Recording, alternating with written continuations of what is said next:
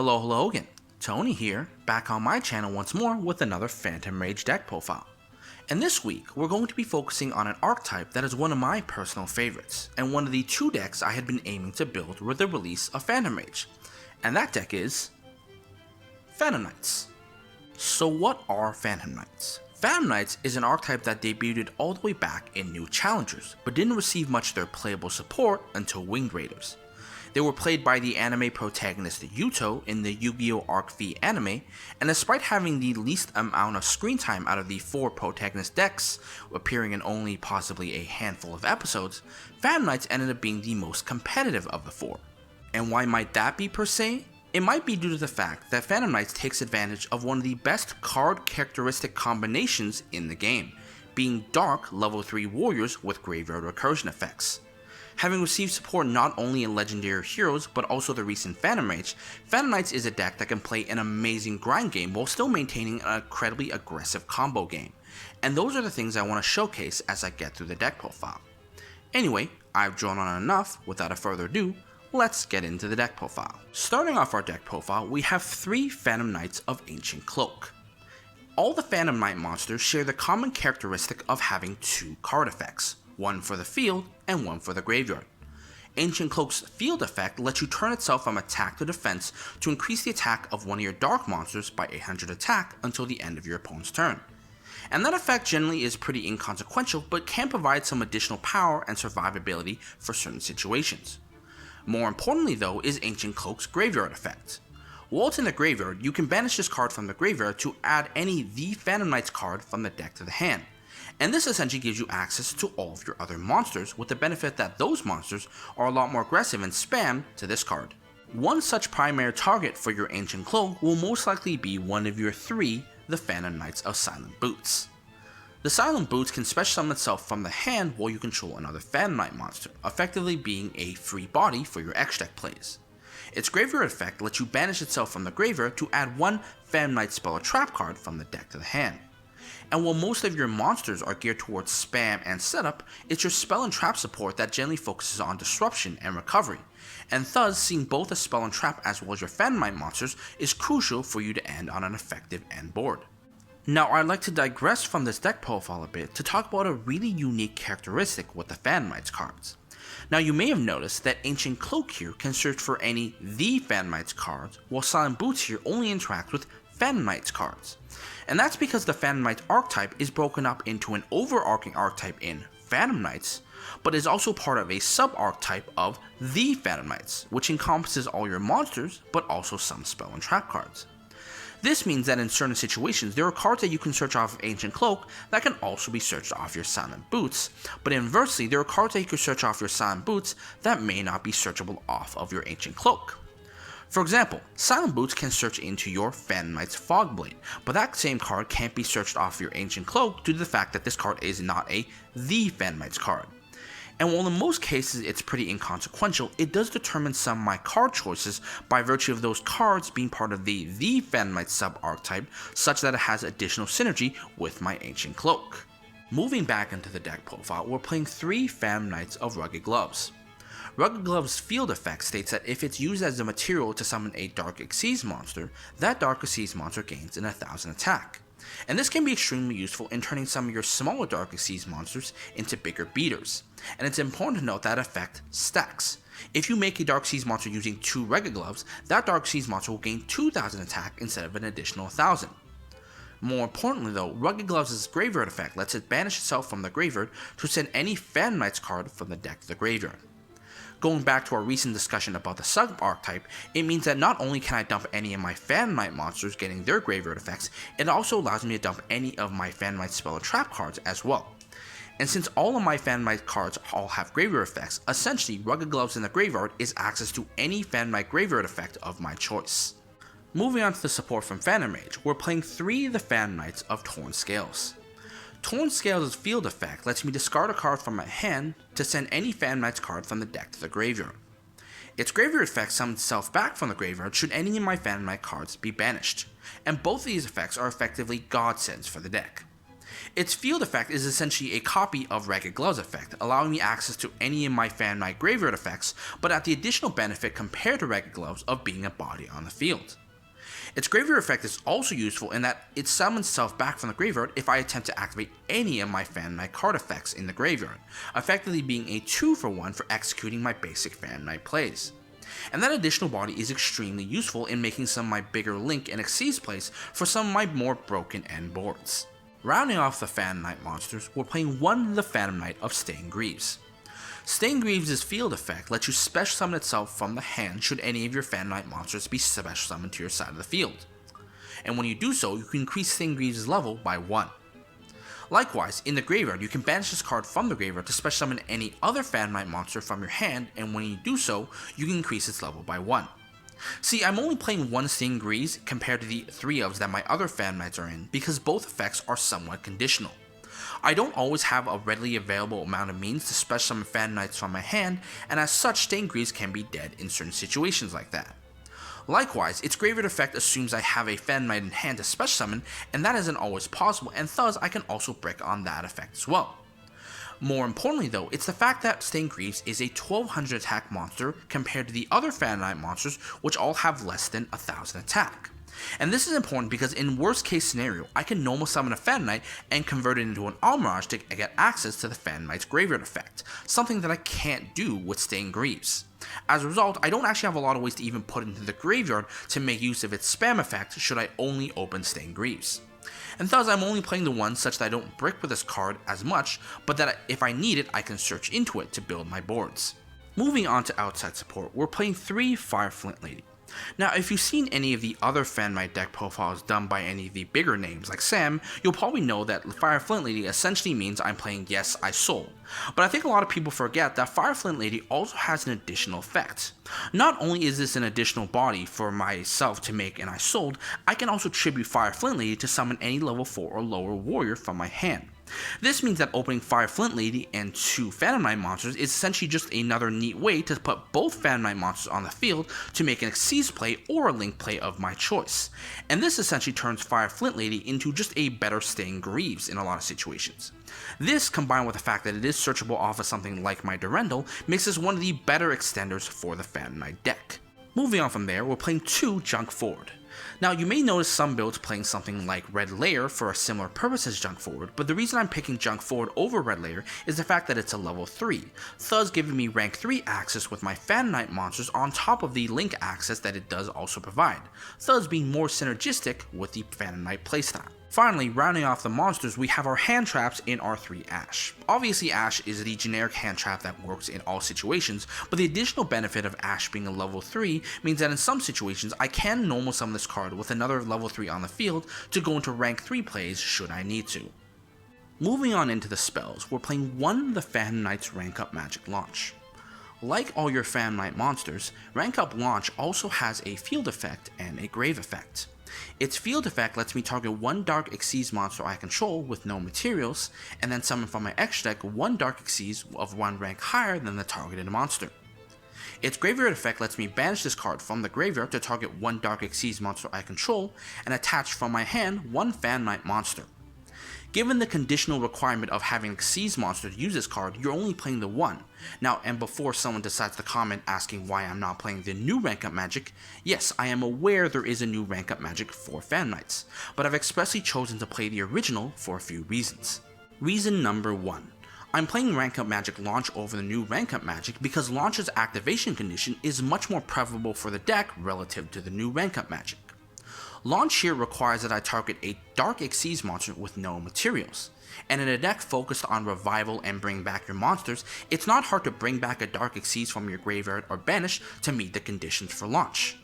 While the new Rank Up Magic allows me to target any Dark Xyz monster regardless of material count, it does require that I banish Darks in my graveyard to rank up my monster. And in a deck of Phantom Knights, monsters that actually have graveyard effects, there's seldom a chance where I have monsters in my graveyard that I would actually want to banish for the rank up magic. As such, I opted to play a rank up magic that would give me that free rank up instead of a rank up magic that would instead force me to choose between which Phantom Knight effect I wouldn't get on the following turn just to perform the play. Reason number 2. Rank Up Magic Launch produces a much more effective Xyz monster than Rank Up Magic Force does. When Launch ranks up an Xyz monster, it attaches itself to that Xyz monster as an Xyz material. Furthermore, while it's in the graveyard, it can banish itself from the graveyard to attach a Phantom Knight monster to another Dark Xyz monster I control as an Xyz material. Force does none of those things. As such, when I rank up with my Force card, I'm forced to essentially make use of whatever materials that my targeted monster had beforehand as ammo for my new Xyz monster, while Launch on average will produce a net 2 materials more for my Xyz monster. Thus, Launch produces a much more effective Xyz monster than Force can, and as a result is much more preferable in my opinion. Reason number 3. The Xyz pool that I can access off of Launch is much larger than the Xyz pool I can access off of Force. Force can only rank up into a Ray Raptor, Xyz Dragon, or Phantom Knight Xyz monster, while Launch here can rank up into any kind of Dark Xyz monster. And it only takes a quick look into the card database to realize that the options that Force can rank up to aren't that great. While Launch, on the other hand, can rank up into a multitude of Dark Xyz monsters that all have amazing effects. Not only can I rank up into something like Evil Swarm Nightmare, but given the fact that Rank Up Magic Launch summons an Xyz monster in an unconventional means, it allows me access into Dark Xyz monsters that I may not even have the main deck options to summon, like Evil Swarm Ophion. And in a play against a multitude of decks, it's much more preferable to have the variable options than a set number of options, and as such, it makes Rank Up Magic Launch much more preferable compared to Force. And finally, reason number 4. It's a little known fact that the Phantom Knight's Rank Up Magic Launch is the Phantom Knights card, while Phantom Knight's Rank Up Magic Force is only a Phantom Knights card. This means that the Phantom Knight's Rank Up Magic Launch can not only be searched off of Silent Boots, but also my Ancient Cloak, while Phantom Knight's Rank Up Magic Force can only be searched off my Silent Boots. And if the goal in your end board is to eventually access your Rank Up Magic, having the additional option of being searched off of Ancient Cloak means that I actually have options to search different things with my Silent Boots, thus producing different variability in my plays. And this variability gives me much more options against a multitude of decks, and as such, Phantom Knight's Rank Up Magic Launch is definitely much more preferable compared to Rank Up Magic Force. Moving on from there, we go into our Isold Equip package, starting off with 3 DDR, Different Dimension Reincarnation. While it is a cost to be able to be sent off of Isold, DDR is also a pretty useful extender. Since all your Phantom Knights banish itself from the graveyard to search a card, you not only end up with an effective target for your DDR, but also the effective cost fodder off of what you search to discard for DDR. And this in turn makes DDR a very useful extender. One of the more effective plays that I commonly can do is that I can take an Ancient Cloak, banish it to search into a Boots, and then activate DDR, discarding any other card to special summon back the Ancient Cloak to special the Boots from my hand to then go into my Xyz or Link plays. This makes DDR a card that's useful regardless of whether I open it or dump it off of Isold. Moving on from there, we round off our equip package with 3 Infernoble Durendal, 1 Autonomous Action Unit, and 1 Living Fossil. And this, combined with the DDRs, gives us an effective 4 different equips in our main deck, with a goal of Isold to summon out a Phantom Knight monster only requiring 3. This means that should I eventually brick with one of these 2 equips, I still have the other equip in the deck to summon out my Phantom Knight, but it also gives me the additional benefit where if I open none of these equips, I can summon out 2 different Phantom Knights off of 2 different Isolds, effectively giving me 2 starter plays for 2 different turns. Finally, rounding off our spells, we're playing the 1 Reinforcing the Army to search into all our warriors, the 1 Call by the Grave to stop all our hand traps, and the 3 Droplets. Droplets in this deck is especially useful, since you really don't care where your Phantom Knights are, whether in the grave or the field, so being able to launch them along with any of your continuous traps off of them as cost for your Droplets can effectively turn it into a field-wide negate for an OTK. Moving on into the traps, we're playing 3 Phantom Knights Fogblade and 1 Phantom Knights Wing. On top of having field effects, both of these cards have the common graveyard effect where they can banish themselves from the graveyard to special summon back 1 Phantom Knight monster from your graveyard. And given the fact that these are traps, this effect can be applied on either player's turn for some walkie disruption. Their field effects are also no slouch either. Fogblade can activate itself targeting 1 monster on the field, and while that card is face up, that monster cannot attack, cannot be attacked, and has its effects negated. While Wings targets 1 monster on the field, increasing its attack by 500 and preventing it from being destroyed by battle or card effects once per turn. Both of these effects can be applied both offensively and defensively. Obviously, I can activate Fog Blade targeting one of my opponent's monsters to stop an attack or an effect, but a lot of people don't realize I can also target one of my own monsters, preventing my opponent from attacking at all. Wings, on the other hand, benefits most of my extract monsters, in that most of my extract monsters are big enough such that they can run over some things, but small enough such that they can be run over by other things. Where Wings gives them enough attack such that they reach the threshold where they can only be run over by a few things, and that Destruction Protection effectively means that my opponent has to have 2 of those things to effectively out said monster.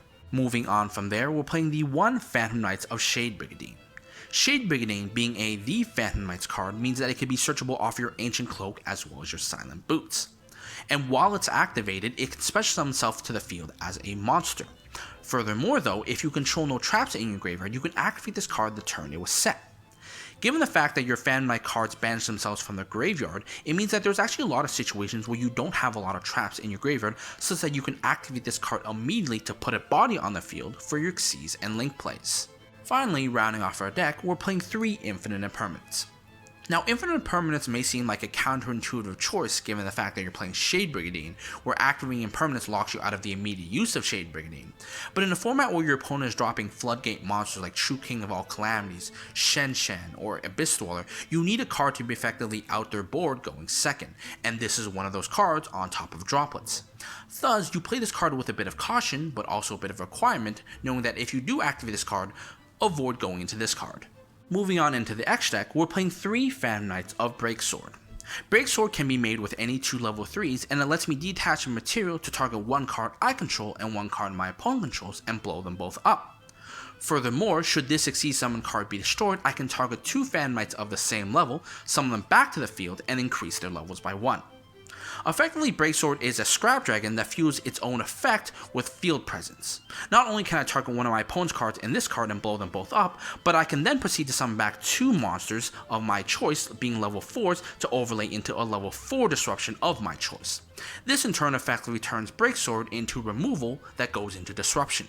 2 such options that you can overlay your level 4 Phantom Knights into is the 1 Evil Swarm Nightmare, as well as one of your 2 Raiders Knight.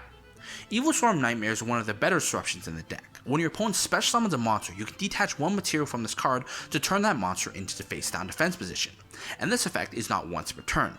This means that summoning this card in defense position essentially gives me 2 free Book of Moons for my opponent's turn. Raiders Knight, on the other hand, is a little more unique. First off, Raiders Knight counts itself as a Phantom Knight monster, meaning that yes, it can be brought back with your Phantom Knight traps. More importantly though, I can detach 1 material from Raiders Knight to either rank up or rank down into a Phantom Knight or Xyz Dragon monster. And while in most cases it means I can rank up into an Arc Xyz for an OTK, a lot of people don't realize that I can also rank down into a Breaksword.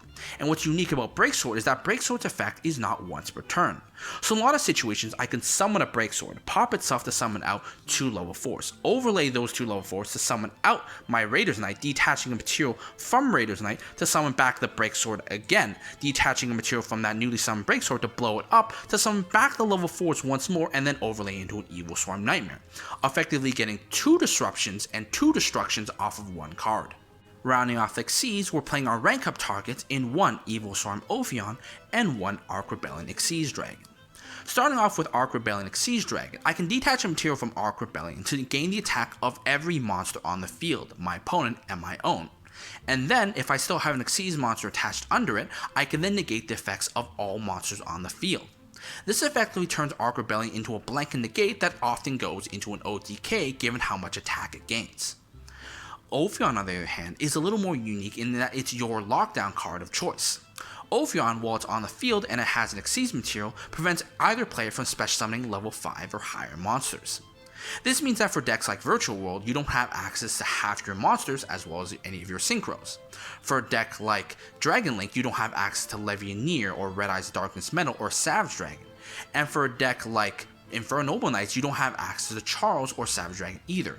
This effectively neuters your opponent's end boards and effectively prevents your opponent from playing in their best optimal state, and this, in a lot of cases, will be your win condition. Moving on to the links, we're playing the 1 Owl Mirage because most of our monsters have 1000 or less attack but graveyard effect, so normal summoning a monster to convert into Owl Mirage is an effective play. The 1 Barricade Board Blocker because turning 2 monsters into a dark is a way into our Bardiche. We're playing the 2 I Sold because we're playing a warrior combo. We're playing the 1 Cherubini because all our monsters are level 3 that can go into this, and of course the most important card in the deck, the 1 Phantom Knights of Rusty Bardiche. Now we move on to the combo component of our video, and I'm only going to show you one combo today, and that is a 2-card combo that requires I open any Phantom Knight monster and any other way to put an additional warrior on the field, regardless of which one it is. And the end board is one of 3 things. What's guaranteed is that I end up with a Bardiche and a Nightmare, but what happens after is completely optional. I can either A, end up with double Fogblade, or a Fogblade and a conditional Ophion, or if I choose, a guaranteed Ophion. And this is how you do it. So suppose my opening hand consists of an Ancient Cloak and a Warrior Extender like Fire Flint Lady. Here's what I can do with that. I'm going to normal summon the Ancient Cloak and then special summon the Fire Flint Lady, and then link both of these monsters away to summon out an Isolde. I'm going to activate Isolde's search effect to add any warrior that isn't a Phantom Knight warrior. I'm then going to activate Isolde's special summon effect, sending 3 equips to the graveyard to special summon out a Phantom Knight of Torn Scales to my field. I'm then going to activate Torn Scales effect, sending the warrior I just searched to send a Phantom Knight from my deck to the graveyard. If I didn't send the Ancient Cloak off of my link, I'm going to do so now, but otherwise I'm going to send a Rugged Gloves. From there, I'm going to activate the effect of my Ancient Cloak in my graveyard, banishing it to search for my Silent Boots, and then special summoning the Silent Boots since I control a Phantom Knight monster. From there, I'm going to link away the Isolde and the Silent Boots to summon out a Barricade Board Blocker, and then link the Barricade Board Blocker and the Torn Scales away to summon out my Rusty Bardiche. From there, I'm going to activate Rusty Bardiche's effect, sending a Phantom Knight from the deck to the graveyard, in this case let's say another Ancient Cloak, to set another Phantom Knight spell or trap, in this case let's say Fogblade. From there, I'm going to activate now the effect of my Rugged Gloves in my graveyard, banishing it to send a Phantom Knight spell or trap to the graveyard, let's say in this case Wings. Since a Phantom Knight monster was banished, I can activate the effect of Torn Scales in my graveyard to special summon it to the field. I'm then going to activate the effect of the sent Phantom Knight spell or trap card to summon back another Phantom Knight to my field, in this case, the Cloak. Just because I have Cloak on the field, I'm going to activate Cloak's effect, turning into defense to give my Bardiche an additional 800 attack. Regardless though, I'm going to overlay the Cloak and the Torn Scales to summon out my Breaksword. Since a Dark Exceeds monster was summoned under a zone that Bardiche points to, Bardiche will trigger, targeting my Breaksword and destroying it. And since Breaksword was destroyed as an Exceed summon monster, I can summon back 2 Phantom Knight monsters from my graveyard that isn't Silent Boots, in this case, the 2 I used to make Breaksword. From there, I'm then going to overlay these 2 level 4 monsters away into a Evil Swarm Nightmare. And it's at this point my plays will get a little variable. Now, what I can do from here depends on what kind of board I want to end with. I can just end on double Fogblade by banishing the Silent Boots to just search for another Fogblade and setting it.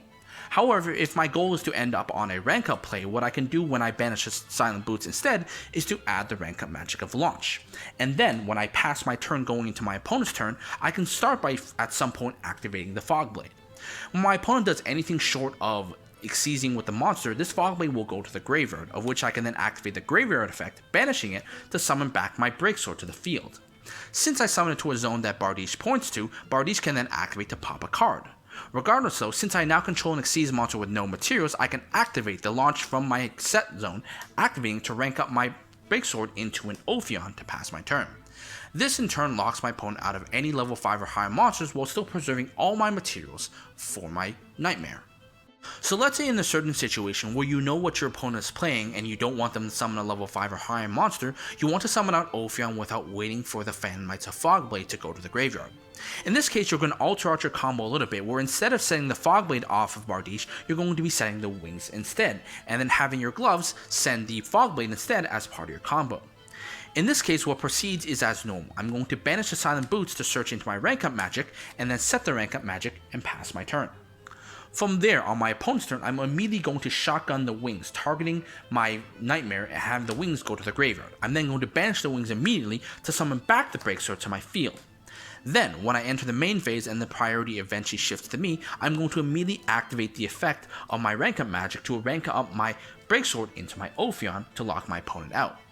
This itself can be pretty useful if you know your opponent is playing a lot of high level monsters like the Virtual World deck and you just want to lock them out before they drop anything at all. And that's going to do it for our Phantom Knight deck profile. Honestly, out of all the decks that I've built on this channel, I'd say Phantom Knight was the deck that had the best combo and grind game potential, and I know in the right hands this deck can be a serious meta contender. With possible variations in things such as PK Fire, or adding in more warriors such as Roland and Linkcross, I think I'm only skimming the surface of what this deck can do, and hopefully one of you guys can take this deck up and take it to the next level. Regardless though, my name is Tony Yang, this has been a Phantom Knight deck profile. I hope you enjoyed it, and I will see you guys next time.